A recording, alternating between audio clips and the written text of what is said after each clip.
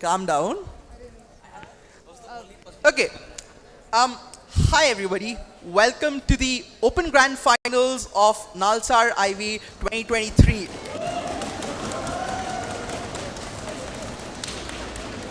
Inviting on my panelists to quickly introduce themselves. Hi, Hi, I'm Afreen. All the best. Hi everyone, my name is Kavindra, preferred pronouns he or they. All the best to all teams. Hi guys, Ojas, best of luck.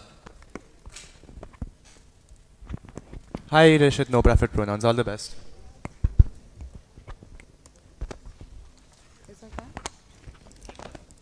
Cool guys. So standard rules apply. Please do not heckle speakers asking POIs. There's no POI preferences that you can exert on speakers in offline debating. So please be sure to maintain that. If you have any preferred pronouns, please state that before your speech. Please don't misgender people.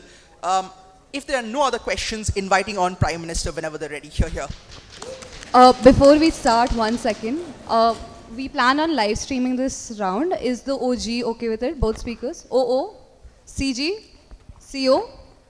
Alright, and if you guys want to speak from the table, we'll provide you with a caller mic as well. That's it. Right. Anything else?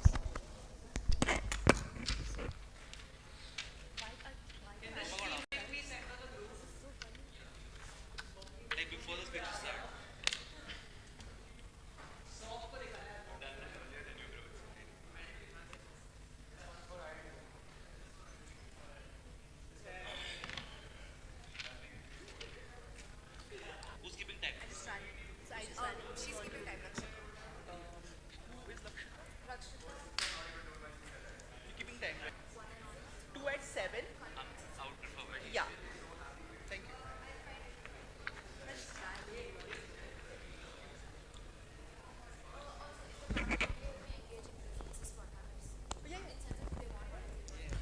you. Prime Minister, please take the stage.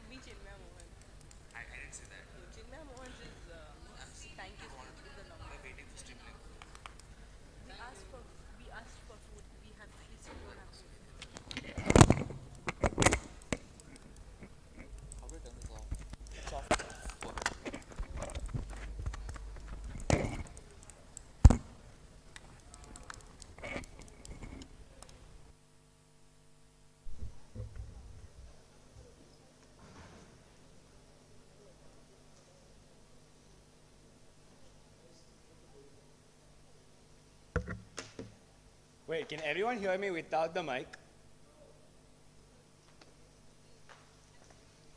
Hello.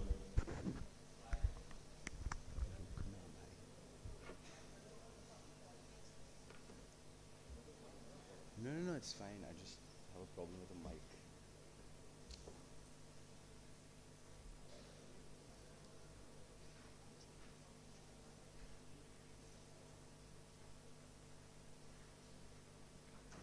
Starting my speech in 3, 2, 1. Panel, the most important thing for someone is finding a reason to wake up that day and do something at the end of it, right? Which means the search for purpose is something that is a part of the human condition because most humans are lazy. We have no clue about what we want to do in life, which means if we have some sort of objective that we want to reach at the end of the day, we tell you that you live a much better life. Our argument is about how destiny is probably the only way in which you can achieve some sort of catharsis in life, especially for adults who haven't been able to find their purpose in all this time that they live. Before that, 4 to 5 pieces of framing, right?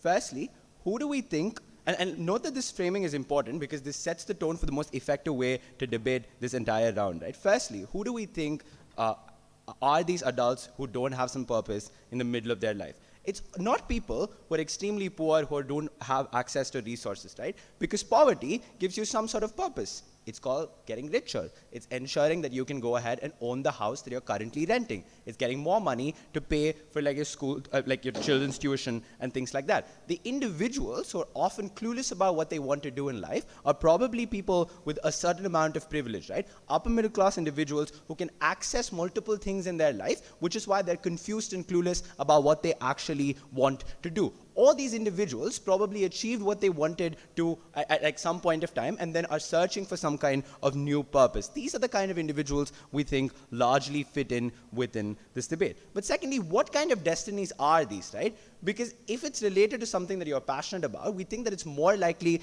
going to be something that you have access to at the end of the day, right? Which means you can make some sort of action. Sure, you need to put in a lot of effort and like spend a lot of time to get to that particular position, but it's something that you can do, something you're marginally good at, something you're potentially interested in at the end of the day, right? Which means there is a realistic pathway for you to go get there, but it's just a really hard way to do that. Thirdly, in terms of how does failure look like, right? We don't think destinies are just like a big monolith. There are multiple steps for you to achieve that final destiny that exists at the end of the day, right? Which means you probably, if you want to become the like CEO of a Fortune 500 company, there are multiple steps to get there. This is all right. And they have lived experiences, which means that throughout the average person is not that depressed that they cannot deal with failure in the first place. Like, sure, you're probably sad and disappointed because you have no idea what you want to do, but that does not mean that at the point at which you're unable to get what you want, you'll absolutely give up. But thirdly, at the point at which you're stuck in a rut, which is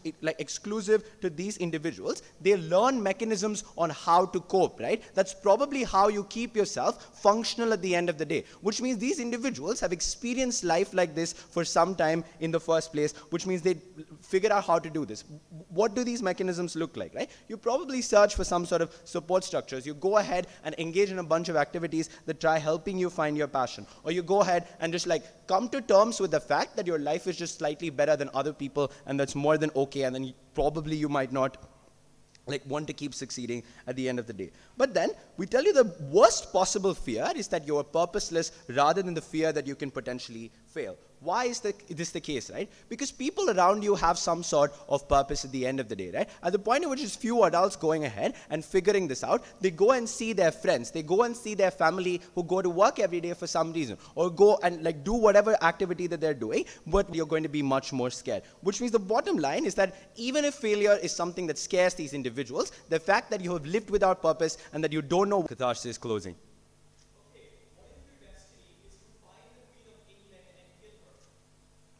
One, like first, at the point at which it's unattainable, we tell you that even if you take steps closer to doing that, you probably become a better contract killer, make more money, and become famous. Not sure why that's a fulfillment in life. I'm not happy. Even if it goes ahead and pushes me from like interpersonal relationships that I have with people around me, we think that is okay. But second, if this individual is probably putting in the kind of effort that goes ahead and distances themselves from their family, they're probably going to achieve this goal in the first place. We're not sure what they're losing. But thirdly, in terms of like relationships and friends don't take logical priority, because at the point at which you at the point at which you're doing something that you like, you get some sort of fulfillment. But finally, you always feel like you want to do something good, right? You want to do something that, like, why they can't do that in other manners, right? Because one, you've exhausted the kind of experience that you have in life in the first place. Which means if you've done a lot of things by the time you're 30 and you don't know what you want to do, it's probably not going to help for another 5 years to stay in this kind of purposeless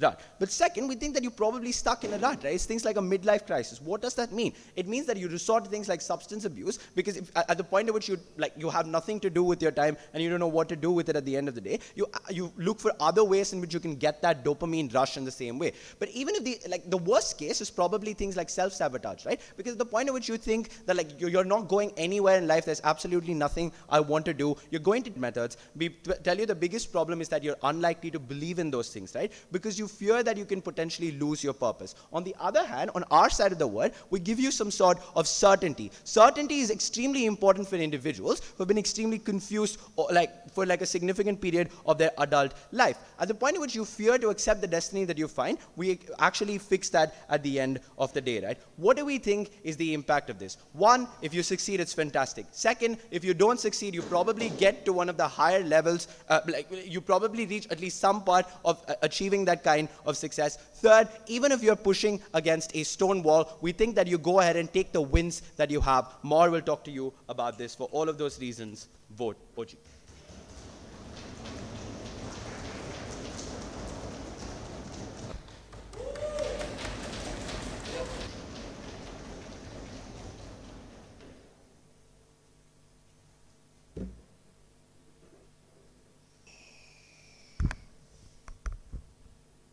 I'm audible without the mic as well, right?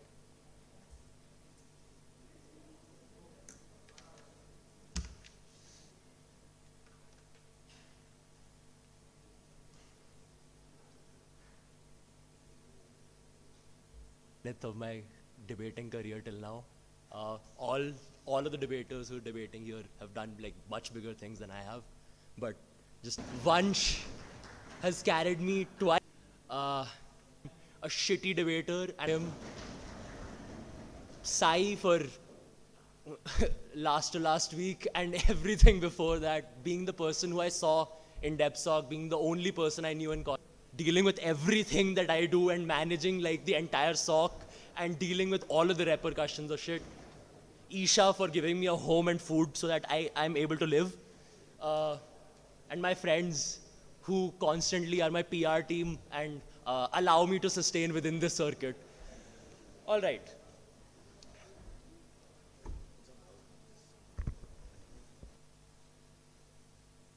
Starting my speech in 3, 2, and 1. Life places a moral destiny onto everyone when they're born. This is a huge issue because this destiny entails massive amounts. They're able to break out of this constant loop of sadness, are the only people on earth who survive contently. I'll prove to you why contentment is discreetly different from happiness and why it's a better thing, and that directly clashes with what OG wants to say. But OG never proves why exactly the requirement of a destiny is the inherent prerequisite to all sorts of happiness. This is something that all govbenchers have to do. If they don't prove that desire inevitably leads to happiness at all points of time, and there aren't any alternate mechanisms for you to achieve happiness in your life, you are failing on govbench. 1, life is bad.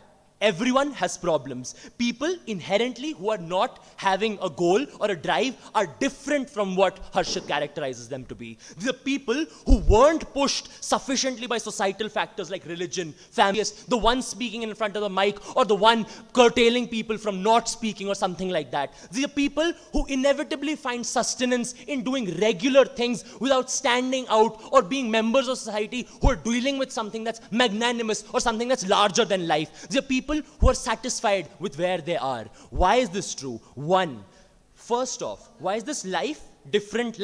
Why is this different from living and not living? Because I know this debate will become that. 1, you have all small experiences. You sustain life as an entity in this world. That means, first, govbench can't say that you're dying without a destiny. You probably have some amount of survival capabilities. You're probably going to sustain within this world as an invisible member, and you're going to go through all life experiences, albeit I'll bite the trade-off. Your experiences aren't extreme. You aren't experiencing a massive amount of happiness. You aren't in the Nalsar final. You aren't breaking at all major tournaments. You're someone who's just sustaining at life. You're just being.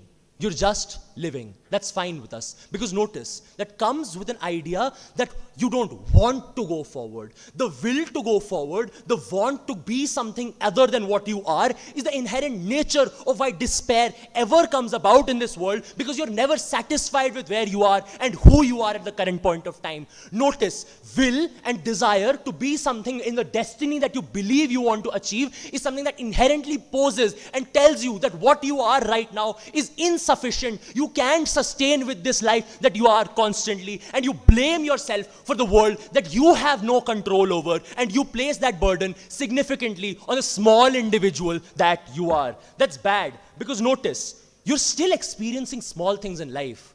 You're eating some roll at the corner store that you enjoy. You're going forward looking at a flower. You're talking to a friend. You're looking into a camera and take a good picture. These are small things that you want to enjoy in life. Why is destiny and desire inherently something that stops you from achieving these? One, the world tells you that happiness is not achieved by small things. You have to go forward and be someone. You have to go forward and achieve that dream that you want to. But notice, the clicking from government does not affect this person because this person doesn't have a drive. He can go forward and believe that, oh, the narratives are affecting them badly. But notice, inherently this person was never affected by any sort of societal narratives, and that is why this person does not have a drive to go forward and be someone that they're not. This is crucial because notice, the impact of all societal narratives of then one individual are minimized to the largest extent. Gov has to prove why societal experiments and societal narratives affect this person to the largest degree, and if so, why is this person not driven then? What then? Why is this person, why is the journey inherently bad? You constantly have to clash with institutions telling you what to do. You're told that no, what your drive is something that's not good enough. They're clashing institutions like religion, family, society that tell you that your drive and to yourself, you need to see other people achieving their goals and smaller achievements while you don't attain happiness in your own. Because notice, individuals compare their happiness by the extent of what they desire, not by the smaller steps that they take. This looks like me coming to the Nalsar finals, but still being freaked out because I want to win that trophy. All progressive movements into the future that are positive inherently are positive externally, not internally. That's a step that you take. And also, why is this person not going to be able to do this? One, destinies to be achieved are tough even for child prodigies. You have external things like probably natural calamities, things that societal factors that affect you and stop you from doing this. That means you need to go forward and do your best. And even then it's not assured that you will achieve your goal. And throughout all that, you need to justify to yourself that no, being content, being happy with where I am is not something that I should be good with. I need to strive for that despite me doing my best, and externality pulling me down is something that's good. Note, POI.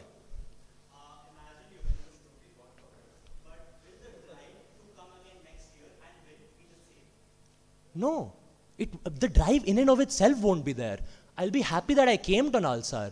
That's a happiness that I'm content with. And to me, as I would have, you're losing. What? You'll have enemies. You'll have people who are pulling you down. You'll have to deal with your personal efforts being diminished by externalities who tell you that you're not enough. Inherently, this person never had such a strong push towards anything external. That means A, this person faces active discomfort because earlier in the 30 years of their life, they've never experienced something as extreme as this. That means this adult individual experiences extreme negative experiences. Also, these extreme emotions that hit you, and that too, negatively, because all positive experiences that you have extremely are underwhelming compared to the negative experience of hardship, hard work, negative experience that you have. If you inherently can't counteract all of these with a drive that's internal to you and justify it to yourself constantly, you're dying at the end of a street and not being content. Also, one, this person never made any of the transactional relationships in a corporate world that you need to succeed. That means you don't have the diplomatic ability to progress throughout this world, or the diplomatic emotions and tangibility that you require to go forward. Contentment is something that allows people to stay where they are and be happy. It's not an extreme form of happiness, but it is happiness. We don't want this person to die. On cuff bench here.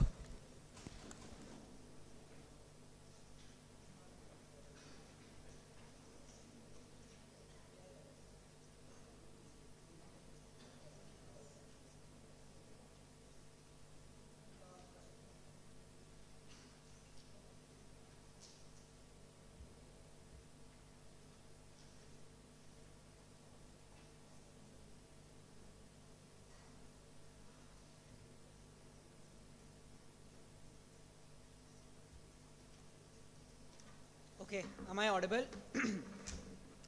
Sliding, 1 second. I'm going to keep my round of thank yous really quick. So would have been here without her. Gave us the confidence that we can do something with debating. Secondly, obviously, to SOC, all the seniors that have been there, I can't name every single one of them because there are a lot who have helped us. And to all the juniors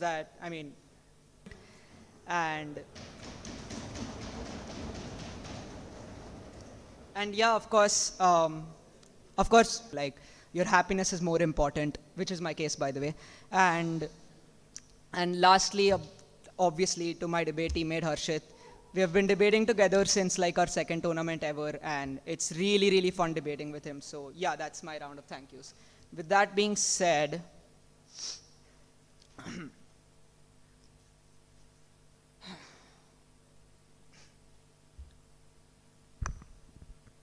I'll be beginning my speech in 3, 2, 1. Opening opposition takes a framing to go ahead and say that this person is literally ambitionless for their entire life. The motion says that they haven't found their destiny. It does not mean that this person never wanted to do anything.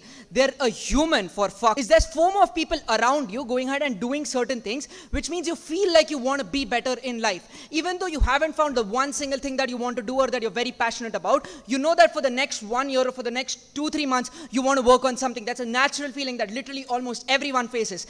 Is that self-loathing is a routine that they go ahead and face every single day, which means that at the point at which they don't have a destiny, it's fair for us to assume that they want to find a destiny because media, pop culture, everyone around you is showing you how destiny is good, which means that they feel bad about not having found a destiny, and they have some ambitions that they want to go ahead and try out. And C is that this is continuous, this is every single day of your life, which means that the extent of impact of all of our arguments is significantly higher, and that implicit weighing is going to be present in every single bit of our case. I'm not going to repeat it every single time.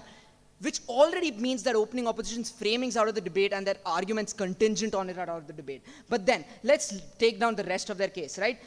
You experience small things like eating a roll or shawarma and that's going to make you happy. A, no analysis for why content is enough for you to cause happiness. They just said it keeps you in a state of equilibrium and stability. Never proved to me why that's the metric for happiness. B, that's inexclusive. You can eat a shawarma on our side. You can have this content on our side. C, is that why does this mean that this happiness defeats their self-loathing that they feel at the point at which they're not able to find any aspirational value when the world is forcing them? No weighing on our side. We told you already in our first speech that this weighing of you finding self-loathe constantly clearly outweighs the kind of content that you feel eating a fucking shawarma. And then, lastly, is they said that at the point at which this passion suddenly is pushed upon you, you feel an active sense of discomfort. This machine does not change you as a human. It gives you a destiny, which means that if your inherent nature is to take things slow, you will take things slow. If your inherent nature is to rush into things, you will rush into things. You will do it the way you normally do things. You're a fucking adult. You have everything developed. You're not a teenager, adolescent that cannot deal with the kind of things that's coming forth. But even if we do believe all of that is true, we'll weigh why this active discomfort is worth it in the long run, because you pursuing your goal for a certain number of years gives you a huge utility metric which weighs significantly over some kind of weird active discomfort that you feel in the start when this is just imposed upon you, which is not even clear by the motion, because the motion does not state that you feel your full force of destiny at the first day and you're going to feel like if you don't become the CEO of a company, you're actively failing within 3 days of this coming into place, which means that opening opposition runs a weirdly extreme case. We gave you 5 pieces of framing. You needed to deal with that framing because we're opening government. This house believes that motion. That being said, let's tell you why we take this debate cleanly. Firstly, is what are the impacts of catharsis, like Harshit pointed out to you in your first speech? Why is a positive outlook extremely important for an adult? A, you don't have the option of exploration of other things. You have limited time, you have responsibilities, you have things like your dopamine levels or adrenaline levels coming from things are significantly lesser because you're an adult. That's just biologically true. So other things are not accessible insofar as opening opposition or closing opposition can prove that there are these other magical life experiences that give you catharsis. But second outframing is that we tell you owe it to yourself, and which means that your relationships with others, or you finding catharsis in, I don't know, a girlfriend, or you have finding catharsis in interacting with your friends is also not sufficient, because we believe most humans are selfish actors, and insofar as you can't find this, if you can't find this content or happiness within yourself, you're also likely to make your other relationships worse, which means you need a double burden of manifestation of why their other relationships will still sustain. That being said, at the point at which you have small goals that give you dopamine, this is very simple, this is our case. There are small goals that go ahead and give you dopamine at the point at which later, at the point at which you have these goals where you have a certain goal to achieve, but you have steps to those. Every single time you want to become a consultant and you solve a case, you feel happy because you feel like your passion is moving in the direction of you getting good at it. This gives you a few years of utility. At the age of 40 or whatever this adult is, there's very limited time for you to get utility. So even in the worst case we fail, we will prove to you why this is good. You fail. B is that you're still passion and no contempt versus you going ahead and feeling like you failed 10 years after that. We believe that those years of life which come before have more utility, which means that on a purely utilitarian metric, even in the worst case that you absolutely fail and you hate yourself and you don't do whatever the fuck they think you do, it means that you have fulfilled this utility and you have done what you could from your life in the best possible manner. Closing up.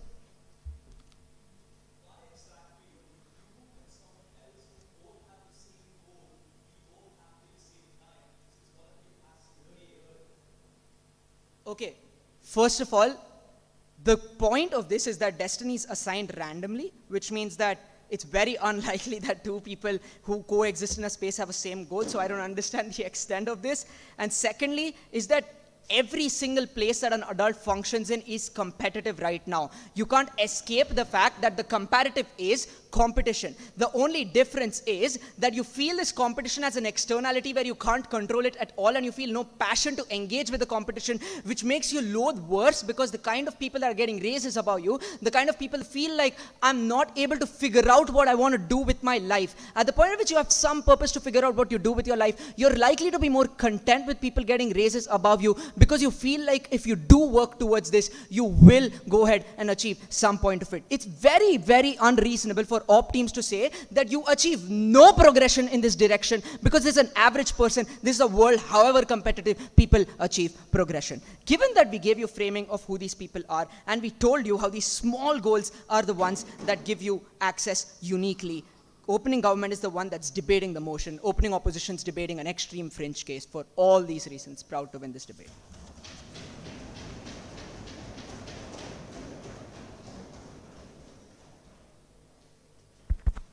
We thank the DPM for what was a fine speech, inviting on the DLO to extend on the op bench. Here.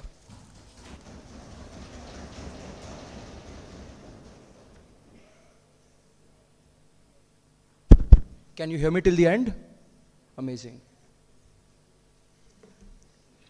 I'm quite loud, so if I do become loud, just feel free to close your ears.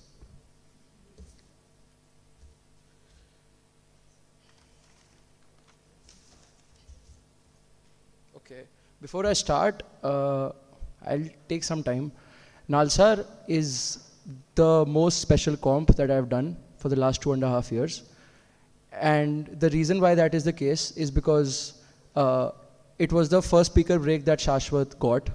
And when we were coming last year, I honestly just wanted to break because I myself wasn't very sure if I'm good enough as a debater because offline was something that was very relatively new to me. And Shashwat was a novice, very scared. We reached semis last year. Very ungraciously, we got knocked out 3-2. So the arc this time was to probably reach the final, regardless of whatever happens. That has been done. And the biggest reason for that is that man sitting there, which is Shashwat. So I am just like grateful to him for having debated with me and for having come with me 1 year later. Other than that, Angad and Sai, two of my all-time teammates, we probably team up less now, but it doesn't take away from the fact that you are still my most preferred teammates, even if Shashwat exists. Other than that, all of the DevSoc people out there, Isha, Pranjal, Himan, Satvik, Pratham, and everybody else in the second years, I think we have created a decent SOC. A lot of people call us toxic. And I mean, we are a bit toxic, but we are probably becoming better. People are necessarily sad.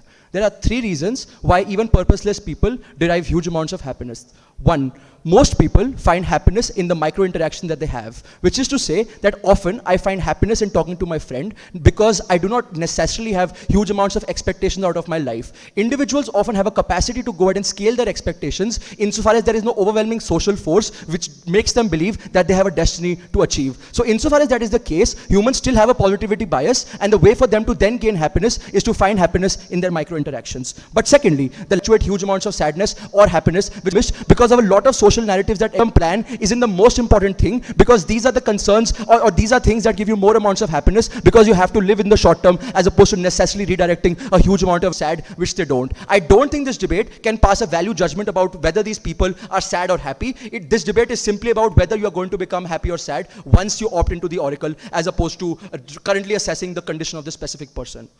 Let's talk about the argumentation of the hedonistic treadmill, which deals with the average person. The way to explain this argument is to say that when you know that you have a specific destiny and the fact that you have opted into the oracle, there is knowledge of the fact that there is inevitability attached to your career, which is to say that regardless of whatever you do, probably there is massive amounts of inevitably attached. So you think that probably you have to become the best at it insofar as that is the only goal that you have, but the positivity bias that humans have to become the best at what, because you necessarily know that this is the thing that you can only get and there's nothing else that you can get, which is to say that you want to become the best at it, so you redirect most of the resources from other investments into this specific investment. But secondly, there is a massive external pressure on you to become the best at your job insofar as there are parents around you, insofar as there are social forces around you which make you believe that once you have started the pursuit of a destiny, you have to become the best at it, because obviously these individuals have incentives to get a return of investment on the interaction that they're having with this specific person. Thirdly, we think that the lack of exposure towards other avenues and just getting an overflow of information about this specific avenue necessarily means that you are locked out of other sorts of avenues, which means that your ability to generally explore other career options reduces significantly. Why is this sit down? Why is this very harmful for this round? The way to prove this is to explain that climbing the hedonistic treadmill, which happens significantly more on government, perpetuates infinite amounts of sadness, which is what we think is the worst thing in this. Is the fact that when your destiny is in that if you opt out, then there is no life that you have. So the very fact that humans want to avoid a feeling of emptiness means that you continue to pursue this destiny even if you fail in most instances. Secondly, we think that humans' negativity bias kicks in most instances when you fail, which is to say that when you fail, the way this works is that it opposed to the positive experiences. This is uniquely harmful because when you fail, you still continue to pursue it because of the first mechanism I explained, but you do it now in a sad way because of the second mechanism I explained as to why negativity bias is something that stays in your mind very, very prominently. Third, constant sense of comparison. Sit down. This directly deals with opening government. Opening government says that when you see someone who's earning more than you feel content by it.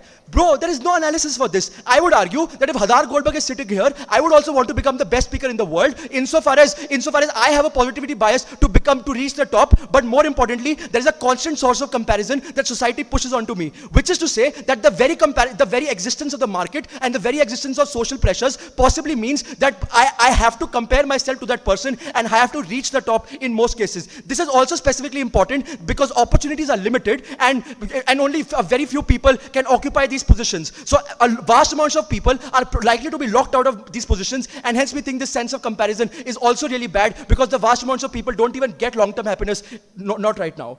Fourthly, we think once you reach the top, which is Gov's best case, you still feel incredible amounts of sadness and you feel incredible amounts of pressure, which is to say that if I win Nalsar this year, probably I don't want to come to Nalsar next year on opposition bench insofar as there's no overwhelming pressure that I have. On government, when there's a destiny for me to win 2 Nalsar finals, which is predestined, we think that just puts incredible amount of pressure onto you insofar as now you have to defend the title and you don't want to be viewed as someone who was a one hit, one miss, and you want to have a significantly longer legacy, which is to say, sit down, which is to say that the oracle pushes these undue pressures onto you, which is just incredibly bad for this individual. Closing government.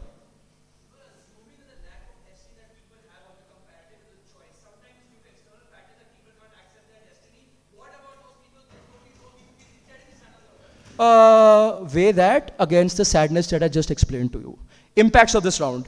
Firstly, we think that you feel incredible amounts of sadness and stress. This is uniquely different from everything that closing government is going to say because you probably have opt-in and opt-out measures out of the kinds of sadness that closing government is going to perpetuate because there is no overwhelming social force that is driving your life. On our bench, on opposition bench at the point at which you go ahead and do not have that overwhelming social force. Even if you feel sad in the worst possible ways, we think that there are ways for you to recover from that sadness as opposed to on government bench where there is no opt-out at all. We think on weighing, this is the most intense impact in the round because at best opening government says that you're going to feel happiness. We think most moral systems exist to minimize negative utility as opposed to maximizing positive utility. We'd rather have a lot of people not failing as opposed to a few people succeeding in this round. Second, let's talk about why our social interactions are going to be harmed. Two mechanisms. Firstly, we think that these individuals who opt into the oracle are also people who put a subliminal burden onto people around them to give them advice based on the specific destiny. Which is to say that if I want to become a cricketer, the expectation that I have out of other people is the fact that I need to be given cricketing advice. So if someone today walks up to me and says that cricket is not a good choice for you, you just antagonize against these people because you think that these people do not have the best interest of you at heart. So a vast amount of people who have different sorts of advice, you just become less receptive to them, and the comparative is that when you do not have any overwhelming purpose, at the very least, you'll probably talk to more people. But secondly, you always view them from a spectacle of skepticism because you think that these people do not have your best interest at heart, and at the point at which you perpetuate things like competition, we just think that this is incredibly bad. The weighing for this material is the fact that all of your social interactions are reliant upon how you view other people, and as long as it becomes negative, we just think that this is the worst thing for the final.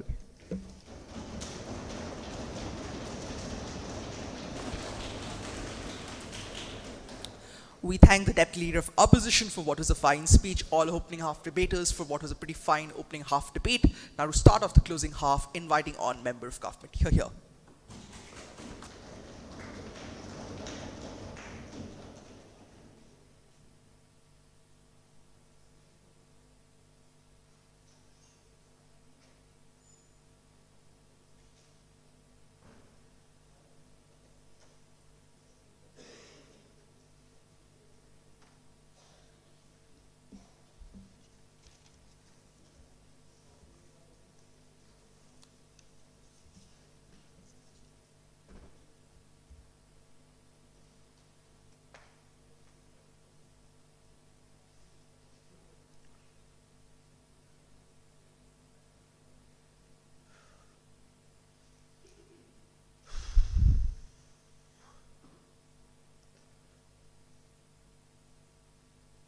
This is Sai going member. Gov, no preferences. I'll take POIs. And yeah, just a quick shout out to, of course, DTU. And the only thing I would say differently is that is this something special? And you know, the past of DTU, the present of DTU, and the future of DTU is all in the same room. And I've done exceedingly well at the same comp.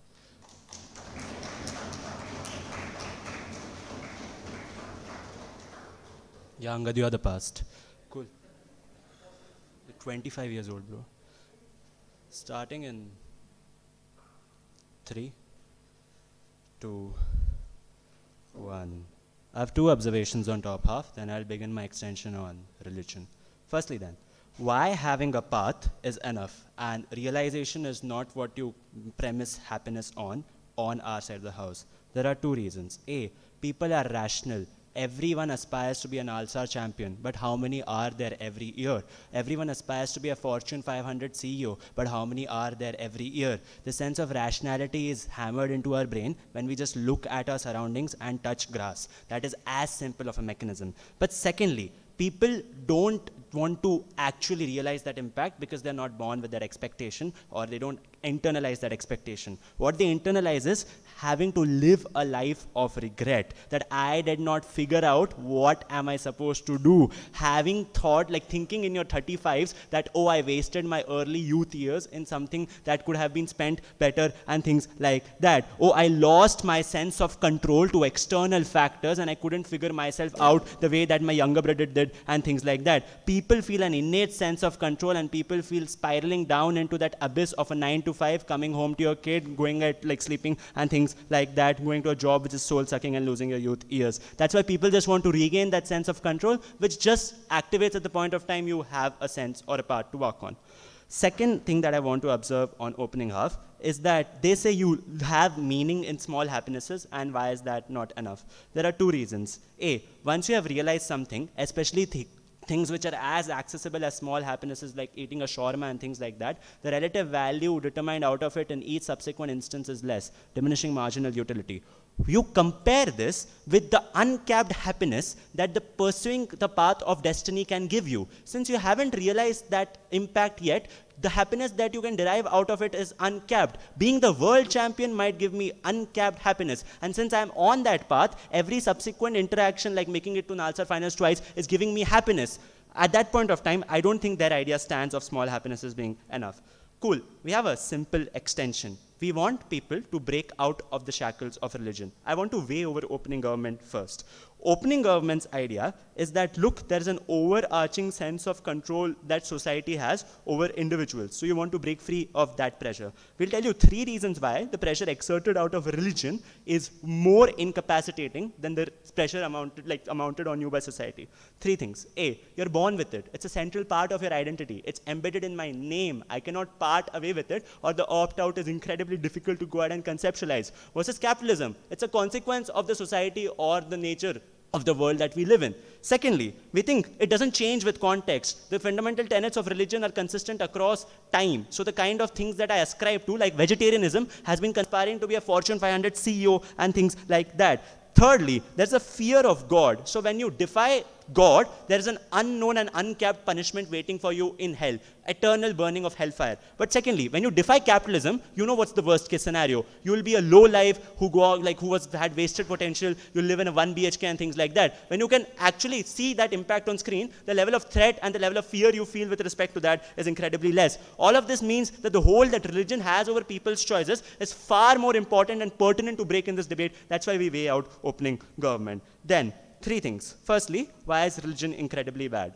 A, we think it locks you out from a very early instance. The sense of community which is overarching in religions and which is so strongly formed by bonds with people, by peers, by practicing customs and rituals is extremely hard to opt out of. 2 reasons. A, it's incredible. It's formed out of, it's a congregation of millions and millions of people. So the natural tendency is to go ahead and remain in that community, and the comparative is being an outcast, like being an atheist, not having special days to observe and things like that. So that sense of community being lost is something that you don't want to go ahead and face at any given point of time. But second reason why opt-out is difficult, because opt-out has not been made accessible. You don't see posters, or you don't see atheist organizations going ahead and conducting like food stalls and things like that. That means the access to atheism is something that's incredibly less at any given point of time. That's why natural opt-out of religion is incredibly, incredibly difficult. Why will this then break the narrative of religion? 2 reasons. A, all your actions are set to amount to something in your life, and that's the reason you follow this blindly. All of this breaks when you access a different destiny altogether, or you access a destiny that you chose. Why? Because there was no precondition, there was no sacrifice that was required like a yagya. There was no build-up that was required like going ahead and praying every day or things like that. There was not something that you had to invest per se in this like path or in this process at any given point of time. But secondly, there's something that you're the most passionate about. So the kind of destiny you are aligned obviously matches your skill set, because otherwise I don't think you can generate passion for something that you will never be good at and things like that. So the natural feeling is that you feel that you make your own luck. That is the point of time when you feel that you can finally break out of the constraints that religion has imposed on me, because God no longer controls what I might end up at. God no longer controls what I might become and things like that. Even if it doesn't change the attitude of people who are still fearful of the afterlife, it changes the attitude of people who believe in the mechanisms of YOLO, right? This life is the only thing that matters, and I'm not going to care about the unknown and things like that. That's still a large population of society. The last thing, why do we want people to break out of religion? Before that, Shashwat.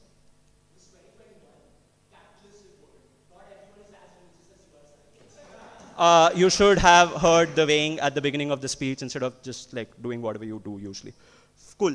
3 things then. Why is religion exceptionally bad?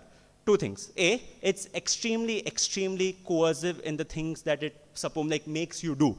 Even if we live in a capitalistic world, as OO claims, the problem is that people in power are often religious. Politics is painted by religion. Religious seers and godmen have billions of worth of property and things like that. They still have a huge influence over the people who actually matter. So I don't care if Shashwat is not religious. His parents are extremely religious, and if his parents slap him twice, he's going to do anything that his parents ask him to. So it doesn't matter if your generation has been able to break out of those constraints. The generation before us needs something of a like impetus to go ahead and do this at any given point of time. The second thing is that you often offset the blame of actions onto an external actor. We think on our side of the house, you think that every action that you take now matters. Because if you were able to go ahead and change something as significant as your destiny, that means that all of your actions are now something that matter. So the obvious defaults that you take, like repentance, going ahead and praying in temples, is not something that you find meaning in. What you find meaning in is trying. On their side of the house, there is no mechanism for trying because of the self-defeating analysis that Vansh gives. If you're so comparative, if you're so relativistic with other people, then there is no point of trying and trying to reach an Nalsar finals. That's why they are a definite force.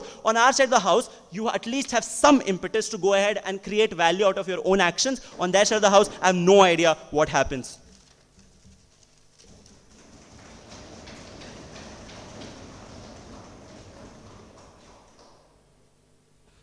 We thank the member of government for what was a very fine speech, inviting on member of opposition to begin off closing opposition case. Here.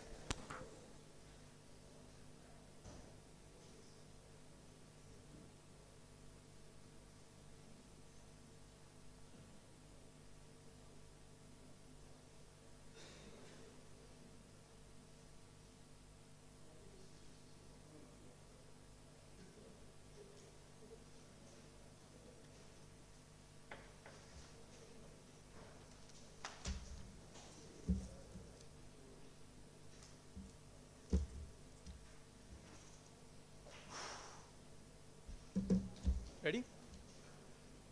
Clearly audible? All right. POIs, however.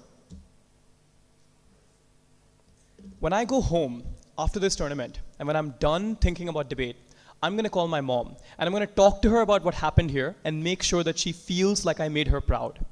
The reason for this is because I don't have a sense of destiny. I don't have some kind of goal I'm striving towards. I don't have some kind of purpose that I care about. But what I do have is my mom. And what Lala Tendu has over there is his 3-month-long Bumble program where he's trying to find love. The closing opposition case is simple. When you don't have a sense of destiny, you look at your family. You look at the people around you. You form relationships. And opening opposition says you want contentment. Well, you're welcome. I'll give it to you with my case. First of all, let's make it extremely clear that the Gov case is difficult. I'm not going to prove from opening opposition the same claim that it's going to make you feel bad. I'm going to say that there's lots of competition. It will be difficult. It'll be a unique mechanism. Hence, I won't be derivative. First of all, note that it can't be random achievements that don't have to do with competition. Because technology means that most things in the world are not hard to attain anymore. Like, for example, getting through a mountain pass and making like a pathway through it is pretty fucking easy when you have a bulldozer or a tractor. Or, for example, swimming a rope, getting through like a sea really quickly, you can have like a speedboat or something. Most of the things that are most difficult are competitive because other people are there to stop you. And in the long term, as this motion affects into the future, it's going to be more likely it's people around you. That means it's difficult. That's all I needed to prove on that. So, why does this destroy your relationships? First of all, when you don't have a sense of destiny, you end up finding meaning in relationships. First of all, note that the people who stay with you the most consistently are your family. Your parents talk to you the most, your siblings are the ones who check up on you, and no matter how many fights you have with them, they're stuck with you because of blood relations. I want to point out, if Gov's response to this is, some people's families are abusive, I think that's just irrelevant. Like, it's really uncharitable to point out that because it's like 5 to 3% of people. I'm not sure why those people's lives would change in any sense. Realistically, most people's families care about them. First, empirically, we know this. Second, biology. And third of all, if you spend that much time and someone is taking care of you, you're taking care of them, you depend on each other, presumably you start loving each other. So, you start focusing on your family. But second of all, sometimes it's not your family. Sometimes it's romance. Sometimes you really want to find someone to date and marry and have kids with. And that's why you figure out the Bumble algorithm, like Abhishek. As a result, when you get older, presumably your biological clock starts ticking. You start wanting children. You start wanting a family. You start wanting to find someone to date. This is completely conceding the Gov case. You don't have a sense of destiny, but you still want to fuck, right? As a result, most people end up forming relationships and marrying people and having kids regardless. But third of all, you start to move your priorities once you get into this family. Even though you might not care that much about work or your hobbies, but over time, your wife wants you to take care of her. Your son wants you to come to his recital. Your daughter wants you to spend time doing her homework with her. As a result, you start moving things around. You do a little bit of time on hobbies. You do a little bit of time with your family. You don't have any sense of destiny, but you have a sense of purpose, by the way, which is not what we have to concede on Gov. And so you care about the people around you. This proves we're probably going to get to relationships on our side. Now let's compare the relationships on both sides. First of all, why does passion destroy relationships? And don't worry, Mahor, I'll get to your preemption. First of all, note that as you get closer to people, you want more support from them. You want more of their time, and you need them to make sure you feel happy. But the reason this is an important part of the debate is because in the process of achieving your passion, if there's lots of people competing, you need to spend more time to make sure you succeed.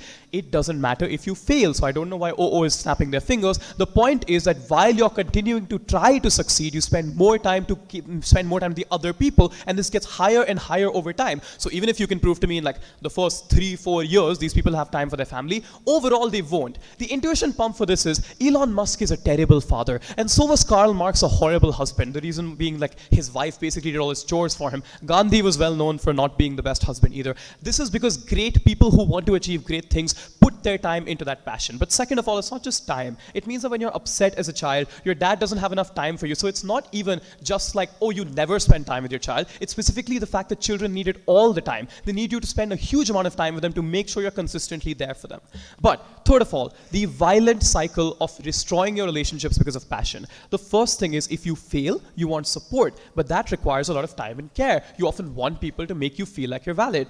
But if you're dating someone who is also passionate, that person can only support you to a certain extent because they have a pretty close control of their time. They need to spend that also preparing for the things that they're doing. So if you really want to become world champion, you're probably drilling almost every day 3 to 4 hours, and you have to work to earn money, and you have to do things like your chores. As a result, it leaves very little free time to take care of your partner. This means that if you're both passionate, often it destroys the relationship. But note the compounding harm of this. Now, you don't know for sure that your partner can support you, but the problem is you're still passionate about achieving a goal. So you lose a debate tournament, you go home, and your partner doesn't support you, so you're sad and need some kind of validation. So you go back to the debate tournament. You go back to trying to win, but it's so fucking difficult that it keeps making you feel like shit. And as a result, every single failure gets exponentially worse because all the things that Gov tells you about dealing with failure are just that people learn how to cope. How will they cope if the people around them can't support them? I don't think that the feeling of not being valid can be solved with Monopoly or with a video game. I need someone else to tell me that my identity matters. And when those people are busy in their own world, they become bad. Opening government quickly.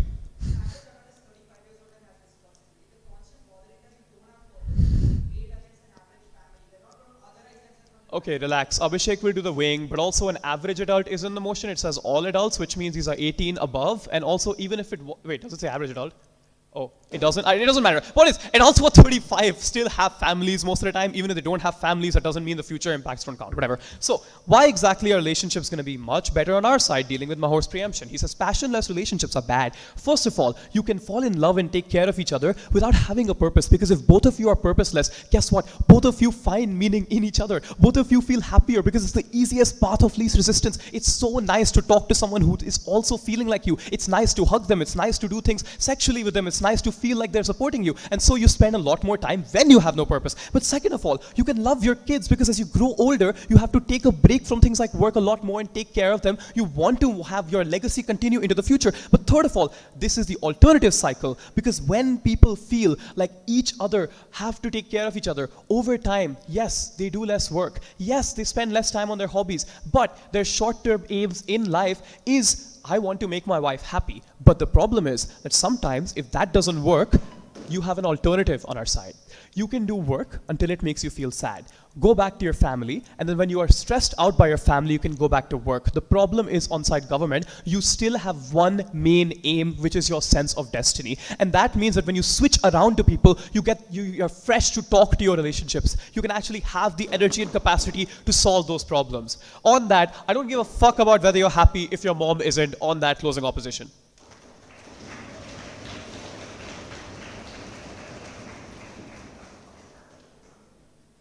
We thank the member of opposition for what was a fine speech. Now to conclude the Gov bench, inviting on the government whip speaker. Here.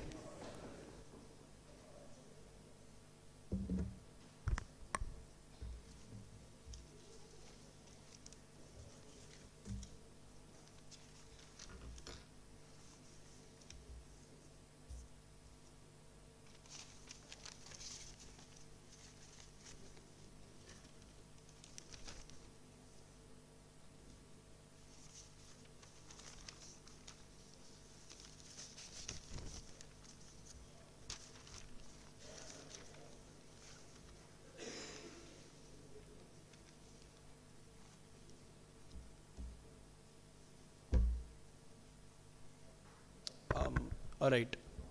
Thanks.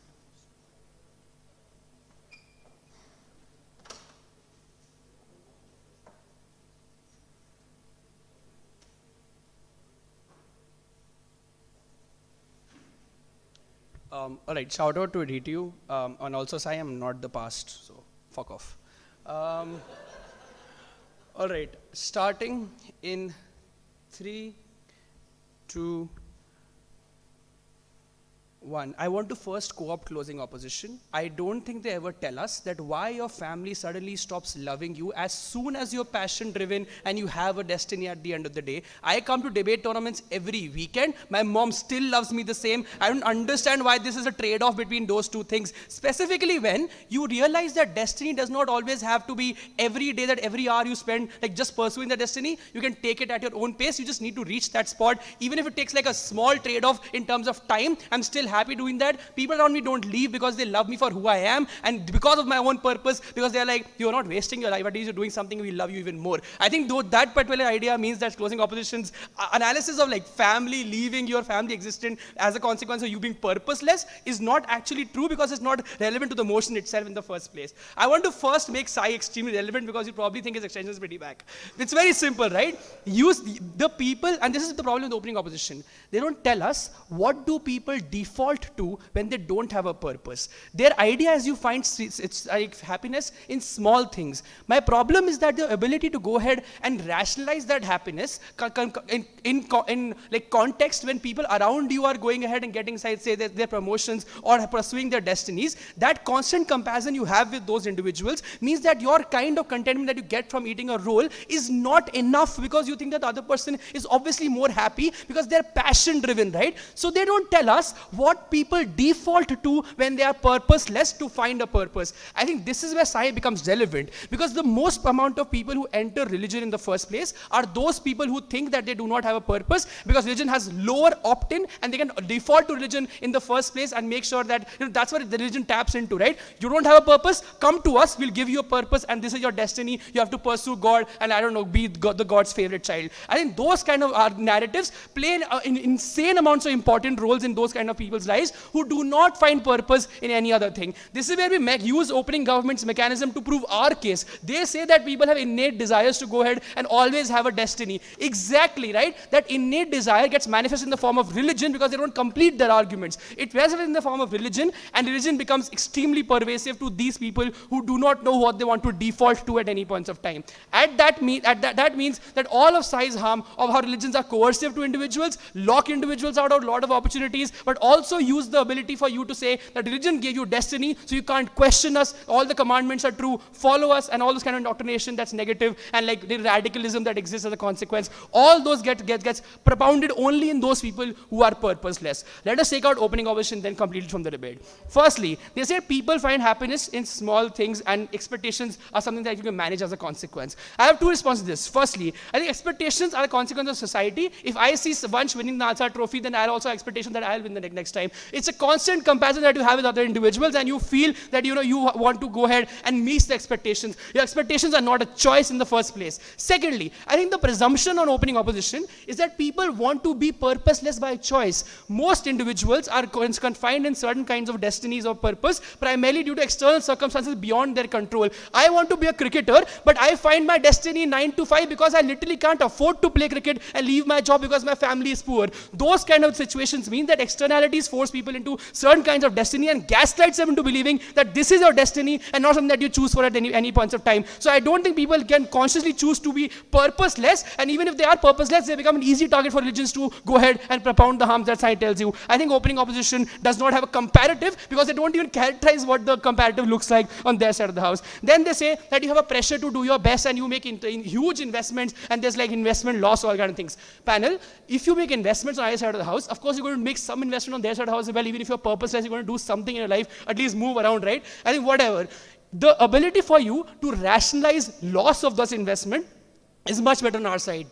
Because you now see on our side that I had a purpose. And that's exactly why this loss is justified, because I did something for a greater good. That means that if I'm going and trading off my family time, I'm doing it so I can become CEO and make them proud at the end of the day. I think that kind of rationalization can only exist when there's an overarching power that's pushing you and taking you out of all failures, becoming an anchor for you to come out of those failures. On their side, when you're purposeless and you make a loss, because every life has loss, right? You fail because like people around you, like, I don't know, leave you, or you fail like because of like you don't get promoted. All those kind of things exist. How do you rationalize that loss? How do you tell yourself to get up the next morning when you don't even realize that you have a purpose that pushes you out of bed in the first place? That means opening opposition's idea of return on investment is surely true, but they don't tell us what happens when that investment goes bad and fails as a consequence. I don't think they ever do that. I think their ability to go ahead and make a happier individual is much and much lesser. I think there are very clear extension on opening government that we have. Two things. One, that we prove the likely comparative of what happens to people who are purposeless. But secondly, we tell you that there's a lesser regret or as a consequence of you knowing exactly what your destiny is. So every time you fail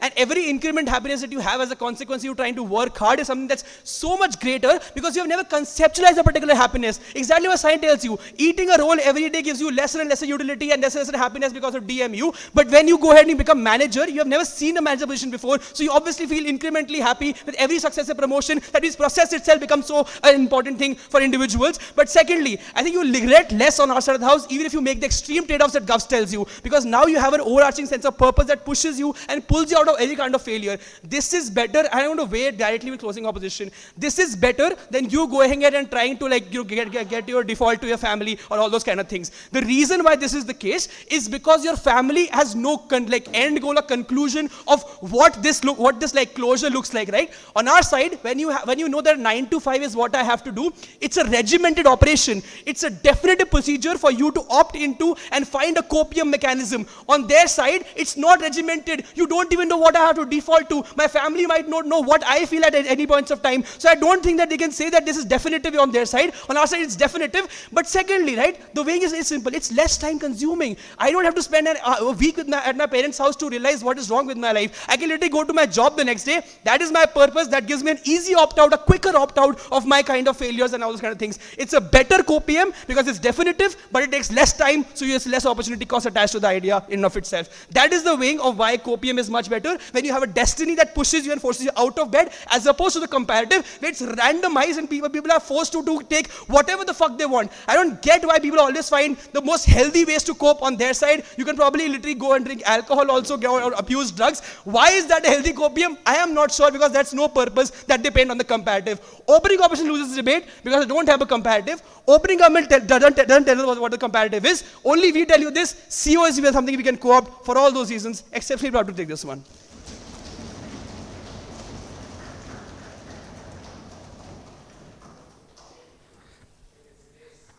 We thank the government whip speaker for what is a fine speech. Now to conclude the op bench and the debate as a whole, inviting on the opposition whip speaker. Here.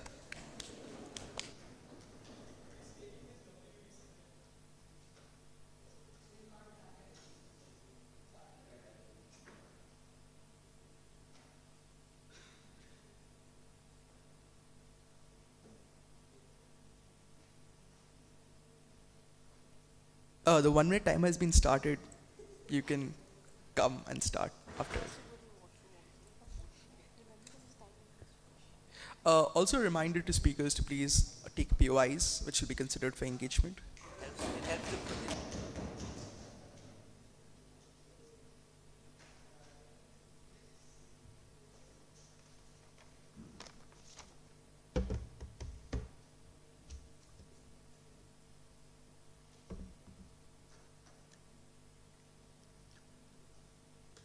Okay.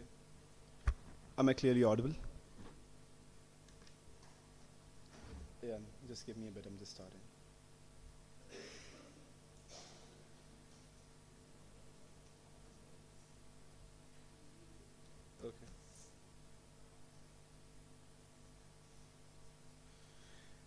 Okay.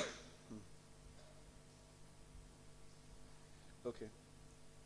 Starting my speech then in 3, 2, 1, go. 1, a clarification on the extension. The sense of destiny, when you have it, is without the oracle. doesn't mean that you are not caring about your family. You are passionate about things, but that doesn't mean you actively go ahead and forget your family, right? Because you're not obsessed and driven as your oracle makes you. Note, in the oracle, it's going to be a long-term dream that you necessarily have to chase after that triggers all the serotonin hormones that Mahor talks about in his speech. This really means that I don't think trade-off in family happens on our side. But secondarily, in terms of rebuilding from anger to rebuttal, right? I think it's basic, 3 points. One, most people suffer from caregivers fatigue. Yes, your family loves you. They love you in the short term, right? My mother calls me every day. But notice, if I probably do not pick up a call, or I call her late, she'll probably feel that probably I do not care as much about her. She'll start calling less frequently. And note, this frequency keeps on reducing. The less validation I give her, the less I make her feel that, you know what, receiving a call is not important. My family waits for me to have dinner with me. They probably wait till 9 o'clock. But if I come home late every night because I'm very busy with my passion towards my destiny, they stop waiting at some point of time, right? They can't stay up till 11 or 12 waiting for me to come back, which then means there are going to be instances where I come back home and lights are out and there's probably food in the fridge that I have to reheat and eat. Note, this is very important because this entirely crumbles the mechanism of social support system that exists on-site government. Because while they love you, they cannot love you with the equal intensity forever. You need to give back or they start feeling fatigue. You need to give reciprocity, otherwise they feel that they are not being valued in the first place. But note, this debate is not about this person himself alone or herself alone. This is about the family themselves, right? This is a THB demotion. The actor over here, the person who chooses the oracle, is not inherently more important than the family. This means 3 very crucial pieces of framing. Note first, there's the most intense harm on children on this debate. They lose the capacity to see themselves as valid in the first place. They get mental illnesses like attachment disorders because they feel that they're not really loved, right? Children want so much time and affection from their parents. They want their parents to be there, to be at their annual days, to be at their sports days, and actually see them succeed, to talk to them about the day-to-day happenings and feel like my parents are actually part of my life, right? But that probably doesn't happen because every trade-off that, let's say, GovBench makes in terms of pursuing your other passions and doing other things, trades of the time that you have to give towards his family. But also note, you can't really recuperate this later when you're probably more successful. Why? Because there's already a large gap existing, right? At the point of time I haven't really connected with my child over a long period of time. There are probably gaps of information in what I know about him, in terms of his relationships or in terms of his interests, which then means I really need to rebuild that relationship to actually engage in a fruitful manner, in the manner in which they want to engage. But secondarily, this means that significantly more people are feeling active pain. The person himself is feeling active pain because his social support system is eroding, which then means you can't really bounce back from failures as GovBench wants you to believe. But secondarily, the family is also feeling pain because someone who they relied upon, whom they loved spending time with, is now no longer giving that affection and attention towards them. I think there's much more people that's being affected on our side. But note, very crucially, this is the most certain sense of happiness. Gauss says it's possible for you to feel happy with a purpose. And we tell you, you are getting a purpose on your side. You have a responsibility towards your family, feeling loved by them, feeling like you have a home gives you a sense of purpose. It doesn't have to be achieving something great. It doesn't have to be becoming a CEO or actually making it big in life, right? You can just get justification, validation from the people around you and feel that you have a sense of purpose in life. But also note, this is morally very crucial. Government has to justify family losing their children. They have to justify spouses and parents who don't have control, who are no longer getting this affection and support from their near and dear ones. These are innocent bystanders who never consented to being isolated. They don't, and hence they hold more moral weight. Then simply, 2 things now. Firstly, removing CG from this debate. I think the biggest problem in CG cases, they lack solvency. They have a huge problem-solution mismatch, very basic stuff. If someone is very deeply involved in religion, they're probably getting the sense of purpose or destiny from religion itself. This means that they probably feel devoting themselves to the service of God is giving them that. But secondly, there's not a sacrifice involved in religion, right? Sure, you have to pray for a while, you have to follow some rules, but that is not the amount of sacrifice you need to do when you're pursuing your passion, because you need to dedicate every hour over there. You need to dedicate serious amount of, let's say, financial capital as well resources for it. I think the sacrifice of pursuing your ambition is much, much more. Secondly then, in terms of people who do not feel particularly attached to religion, they don't suffer from the harms that Sai describes. CG is then clearly out of this debate. But secondarily, and note, if you think that impact is based on the fact that, you know what, religion is like flipped, but it exists with the machine. You don't have epistemic access to other people's thoughts. You don't know if you actually feel good just by this machine existing and other people are now feeling the sense of destiny in the first place. But also the people who are doing this probably are not called out by religion because they are seen as heretics. I'm not very sure then it is widely adopted by society as a whole. Now then, let's, sure.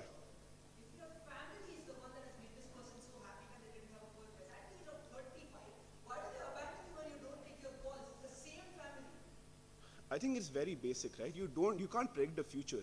You know that, you know what, maybe I'm middle-aged, I do not have a clear sense of purpose, my job is boring for me, I have parents and kids to cater to, but what it would be good if I could achieve my dreams. The problem is you can't predict the obsession that you will have that will all consume you, right? You can't predict that you need to dedicate each and every living hour to these jobs. At that point of time, you're probably looking for something that engages you more at the point of time you choose to opt in. You aren't imagining all the trade-offs to the family because you know what? Individuals are not omniscient in nature.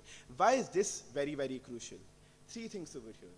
Opening government tells you, and opening government gives you happiness to the extent that happiness is weighed off at certain amount of stress, right? People feel incrementally happy. I'm not sure to what extent they feel happy at small gains, but at the same time, they feel lots of stress. We clearly produce stress exacerbates at the point of time you lose familiar support system. Opening opposition tells you that, you know what, you can access some small happinesses on their side, but don't really tell you to what extent are these happinesses magnified. We give you a very certain benefit. Your family feels like shit. That happens more certainly than anything else in this debate. Secondarily, and I think this is once again quite simple, on scale, right? At the point of time, opening government or any gov team is only able to achieve their impacts when you're reaching your end goal. That's very, very problematic. Because note, most of these sense of destinies to some extent have to be in competition. Not necessarily because in the same path, but you know what? Resources are limited. If you're reaching the top of a field, you're trying to capitally compete with other people in terms of getting attention, in terms of getting patents, in terms of getting money. This then means only some people will be able to succeed. Here's the thing. All of these people's family will be able to feel shit, but only few people get that ultimate happiness. Let's just look at that scale, right? Few people get a large amount of happiness. Many, many, many poor people just feel like shit on our side of the house. This is a much larger scale than anything opening government is able to show. On opening opposition, while yes, they have some harms on individuals, we show a much larger, much more certain harm on families who always feel like shit at the point of time people are now striving towards this. On closing government, religion has no solvency. If it doesn't have solvency, most of the rest of the case is derivative to opening government. I think hence, we care about our children. We should not abandon them.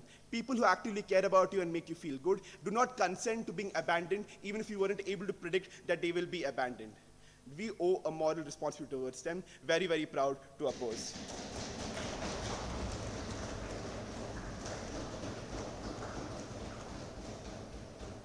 We thank the opposition whip speaker for what is a fine speech, all the debaters for an excellent, excellent round. Thank you, everyone. We'll be back handing it over to the OC.